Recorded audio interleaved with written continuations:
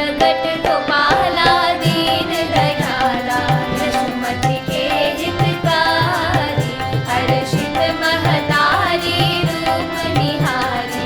मोहन मदन मुरारी भय प्रगट गोपाला दीन दयाला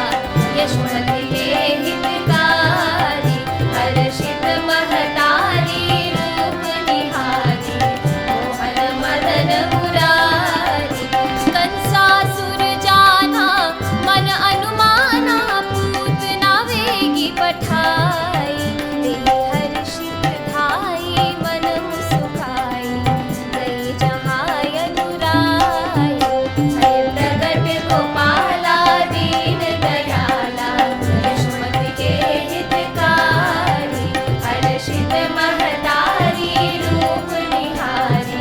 मोहन मदन मुरारी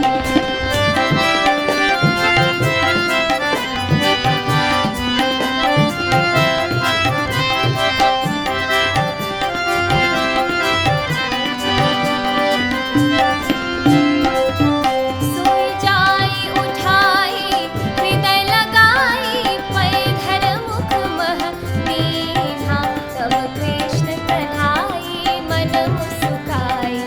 प्राणदास हरि लीन्हा भय प्रगट गोपाला दीन दयाला यशोमति के हितकारी हर्षित महतारी रूप निहारी मोहन मदन मुरारी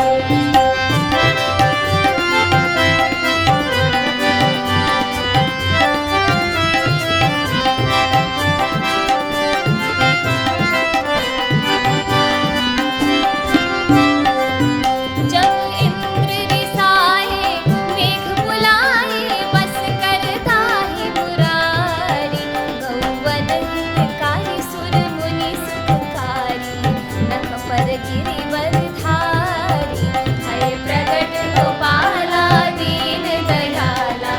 यशोमति के हितकारी हर्षित महतारी रूप निहारी मोहन मदन मुरारी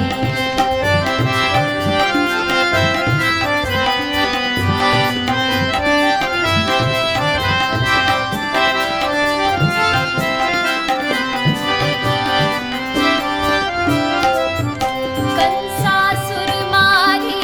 अति हंकारी वत्सासुर संहारी बकासुर आयो बहुत डरायो ताको बदन